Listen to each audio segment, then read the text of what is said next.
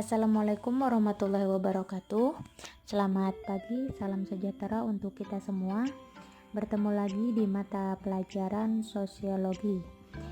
Baiklah, kita akan melanjutkan materi kita, yaitu tentang konflik sosial. Dan hari ini yang akan kita bahas tentang akar masalah dan sebab terjadinya konflik. Seperti yang telah dikemukakan sebelumnya, konflik merupakan bagian dari sebuah proses interaksi sosial manusia untuk mencapai tujuan atau harapan. Sebagai proses sosial, konflik dilatar belakangi oleh berbagai perbedaan. Nah, jadi setelah kita mempelajari apa itu konflik sosial, sekarang kita akan mengetahui faktor-faktor penyebab munculnya konflik tersebut. Jono Sukanto mengemukakan 4 faktor yang dapat menyebabkan terjadinya konflik dalam masyarakat, yaitu perbedaan antar individu, perbedaan kebudayaan, perbedaan kepentingan, dan perubahan sosial. Yang pertama yaitu perbedaan antar individu. Contohnya seperti ketika kalian berada dalam suatu kelas, kalian beranggapan bahwasannya ketika belajar suasana kelas haruslah tenang. Sementara itu, ada beberapa teman-teman kalian yang berpendirian bahwa belajar sambil bernyanyi itu sesuatu yang menyenangkan. Dan dari kedua perbedaan pandangan itu tidak jarang menimbulkan rasa amarah. Nah, hal itu dapat berlanjut pada perasaan benci hingga dapat timbul usaha untuk saling menghancurkan. Yang kedua yaitu perbedaan kebudayaan. Contohnya, seorang anak yang dibesarkan dalam sebuah masyarakat yang menjunjung tinggi nilai kesopanan tentu akan terpengaruh untuk bersikap sopan ketika bertemu atau berbincang dengan orang lain. Nah, sebaliknya, anak yang dibesarkan dalam sebuah masyarakat yang tidak memperdulikan sama sekali nilai kesopanan tentu akan cenderung mengabaikan kesopanan ketika bertemu atau berbincang dengan orang lain. Dari contoh tadi terlihat bahwa perbedaan kepribadian seseorang itu tergantung dari bagaimana pola-pola kebudayaan yang menjadi latar belakang pembentukan dan perkembangan kepribadian seseorang tersebut. Perbedaan kepribadian individu akibat pola kebudayaan yang berbeda itu tidak jarang menyebabkan terjadinya konflik antar kelompok di dalam masyarakat. Nah, interaksi sosial antar individu atau antar kelompok dengan pola kebudayaan yang cenderung berlawanan dapat menimbulkan rasa amarah dan benci sehingga berakibat kepada konflik. Yang ketiga yaitu perbedaan kepentingan. Contohnya, ada pemerintah daerah dan pengusaha tertentu. Nah, ada pejabat yang melihat hubungan itu sebagai cara untuk menarik investasi pengusaha dalam pembangunan daerah.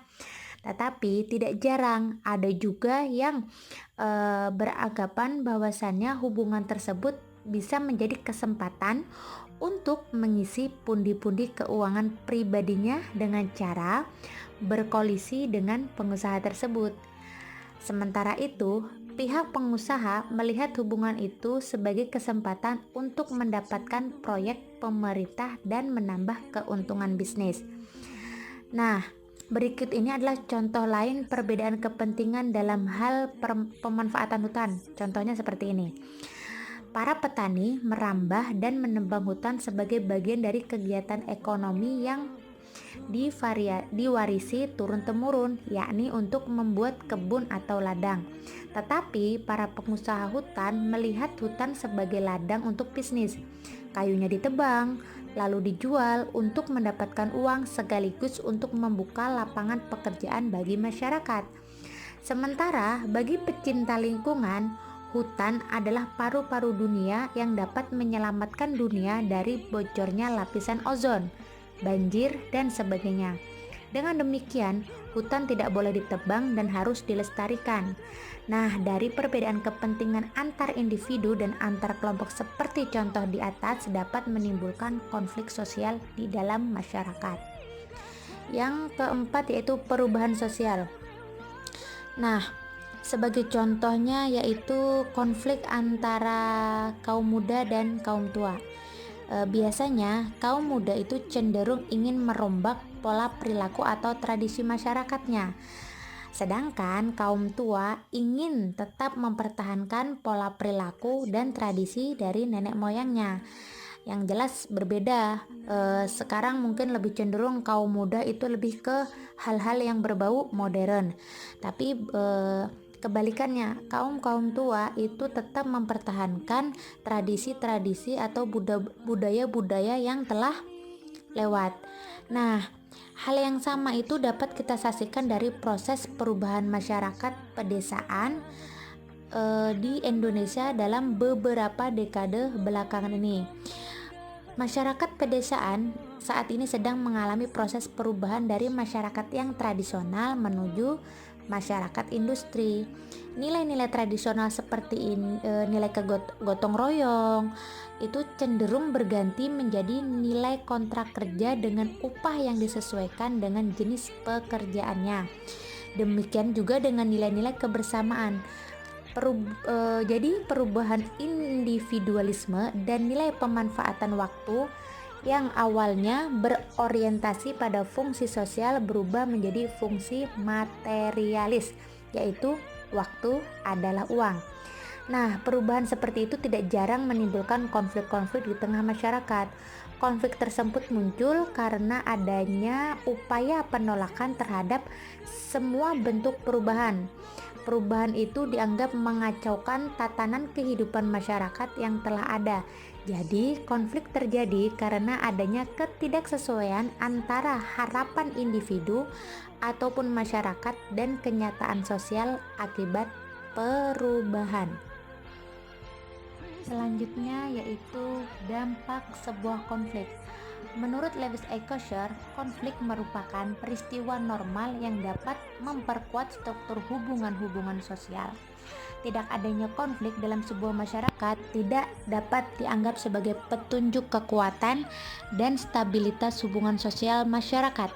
Konflik yang diungkapkan dapat merupakan tanda hubungan sosial yang hidup dan dinamis. Sebenarnya, masyarakat yang memperbolehkan terjadinya konflik adalah masyarakat yang cenderung terhindar dari kemungkinan ledakan konflik dan kehancuran struktur sosial. Nah, konflik itu mempunyai dua dampak, yaitu ada dampak positif dan ada juga dampak negatif. Yang pertama ada dampak positif. Nah, dampak positif dari konflik yaitu dapat memperjelas aspek-aspek kehidupan yang belum jelas atau masih belum tuntas ditelaah. Konflik memungkinkan adanya penyesuaian kembali norma-norma, nilai-nilai, serta hubungan-hubungan sosial dalam kelompok bersangkutan dengan kebutuhan individu atau kelompok. Konflik meningkatkan solidaritas sesama anggota kelompok, yaitu in-group solidarity, yang sedang berkonflik dengan kelompok lain. Konflik merupakan jalan untuk mengurangi ketergantungan antar individu dan kelompok.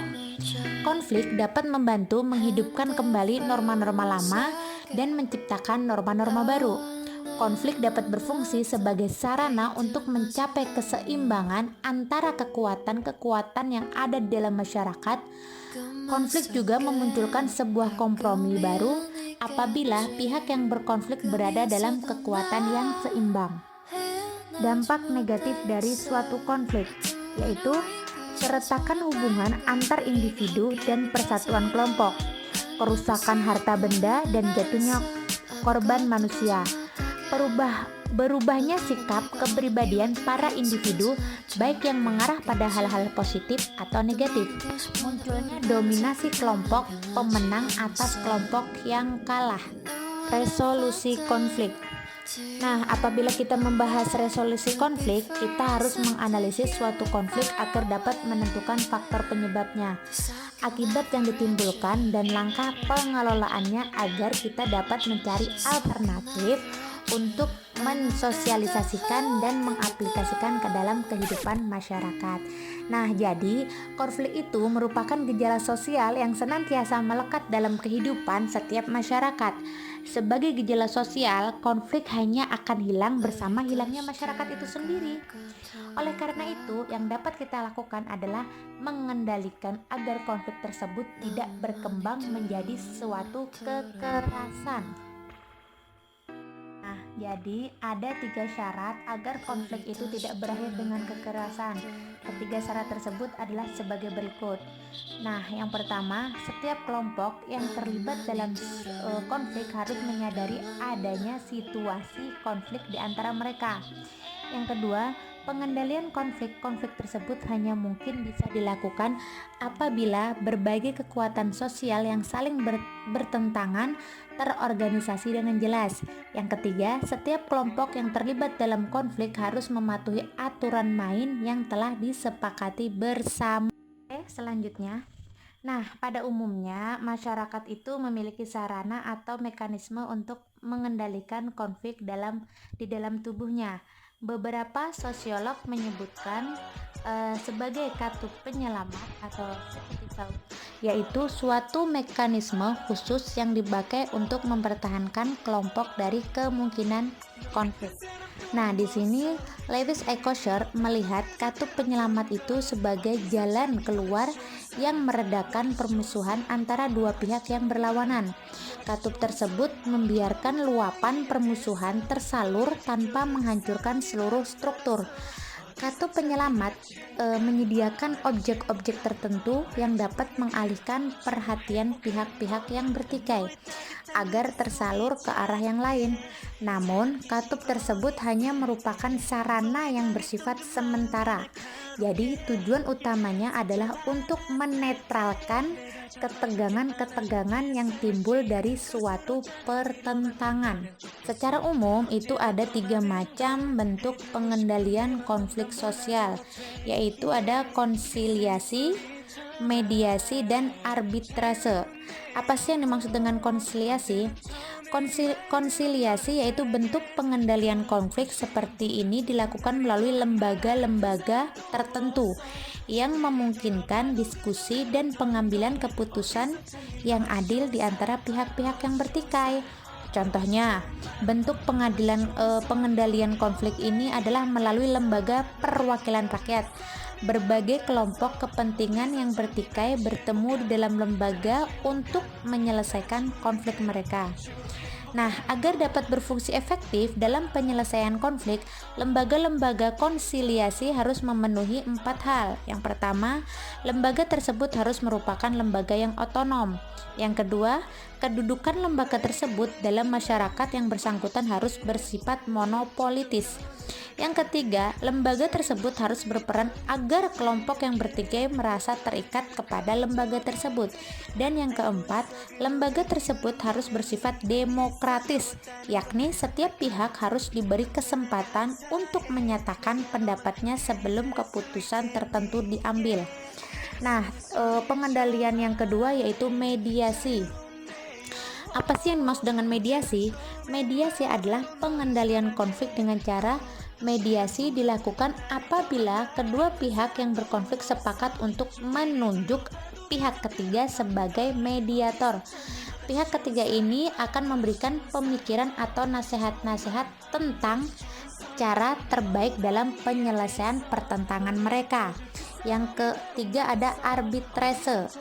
Arbitrase atau perwasitan umumnya dilakukan apabila kedua belah pihak yang berkonflik sepakat untuk menerima atau terpaksa menerima hadirnya pihak ketiga yang akan memberikan keputusan tertentu untuk menyelesaikan konflik. Dalam mediasi, pemikiran atau nasihat pihak ketiga bukan merupakan keputusan yang mengikat kedua belah pihak.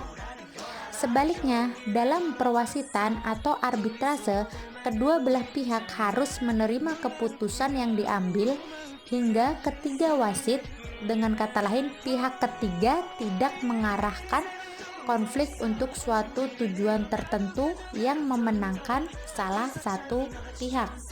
Transformasi konflik. Transformasi konflik adalah proses menanggulangi berbagai permasalahan, sumber-sumber, dan dampak negatif dari konflik. Proses transformasi konflik ini dapat dilihat dari beberapa bentuk intervensi konflik. Nah, intervensi konflik adalah masuk ke dalam sistem hubungan yang sedang berlangsung dan melakukan kontak dengan kedua belah pihak atau beberapa pihak yang berkonflik untuk membantu mereka menyelesaikan konflik. Bentuk dan tingkatan intervensi konflik tersebut antara lain sebagai berikut, yaitu menciptakan perdamaian atau melakukan intervensi militer dengan cara diplomatik untuk mengakhiri konflik. Terus menjaga perdamaian atau melakukan intervensi militer agar pihak yang sudah tidak bertikai tidak melakukan aksi kekerasan kembali. Terus pengelolaan konflik, yaitu menciptakan berbagai usaha untuk menyelesaikan masalah dengan melibatkan berbagai pihak pembangunan atau perdamaian, yaitu meningkatkan kesejahteraan, pembangunan infrastruktur, dan rekonsiliasi seluruh pihak yang bertikai. Selain sarana atau mekanisme yang telah dipaparkan sebelumnya, menurut Georges Simmel, terdapat beberapa cara lain untuk menghentikan konflik, yaitu sebagai berikut. Yang pertama, kemenangan salah satu pihak atas pihak lainnya. Yang kedua, kompromi atau perundingan di antara pihak-pihak yang bertikai sehingga tidak ada pihak yang sepenuhnya menang dan tidak ada pihak yang sepenuhnya kalah. Nah, yang ketiga, rekonsiliasi antara pihak-pihak yang bertikai. Yang keempat, saling memaafkan atau salah satu pihak memaafkan pihak yang lain. Dan yang terakhir, kesepakatan untuk tidak berkonflik. Ini adalah beberapa cara yang lain atau pemecahan konflik dengan bermacam-macam pendekatan. Yang pertama, kompromi atau mengambil jalan tengah dari persoalan yang sedang dipertengkarkan. Yang kedua, memberikan perhatian pada salah satu pihak yang berkonflik. Yang ketiga, menggunakan orang ketiga di luar pihak yang sedang berkonflik. Dan yang keempat, menggunakan aturan yang ketat. Selanjutnya, peran mediasi dan pihak ketiga dalam penyelesaian konflik dan menumbuhkan perdamaian. Nah, salah satu bentuk akomodasi dalam penyelesaian konflik adalah mediasi. Mediasi merupakan upaya penyelesaian konflik dengan melibatkan pihak ketiga yang netral atau disebut dengan mediator. Nah, seseorang dapat menjadi mediator jika memenuhi syarat berikut. Yang pertama, adil dan bertanggung jawab. Yang kedua, mampu bekerja sama dalam menyelesaikan masalah. Yang ketiga, memiliki sikap menghormati dan mengerti berbagai perbedaan pendapat. Yang keempat, memiliki keinginan untuk berbagi dan ikut merasakan. Yang kelima, memfokuskan diri pada persoalan bukan kesalahan. Nah, sampai di sini materi kita hari ini. Tapi sebelum Ibu akhiri, Ibu akan memberikan pertanyaan untuk kalian semua. Pertanyaan pertama untuk kelas 11 MIA 1. Jelaskan bentuk pengendalian konflik konsiliasi. Ibu ulangi. Jelaskan bentuk pengendalian konflik konsiliasi. Untuk 11 MIA 2, jelaskan perbedaan dari pengendalian konflik mediasi dan arbitrase. Ibu ulangi, jelaskan perbedaan dari pengendalian konflik mediasi dan arbitrase. Untuk 11 MIA 3, konflik tidak hanya memberi dampak negatif, tetapi juga memberikan dampak positif dalam masyarakat. Nah, jelaskan dampak positif dari konflik tersebut. Untuk jawaban bisa kalian tuliskan pada kolom komentar video ini ya. Selamat mengerjakan. Semoga sehat selalu dan selalu semangat. Sampai jumpa. Assalamualaikum warahmatullahi wabarakatuh dan salam sejahtera untuk kita semua.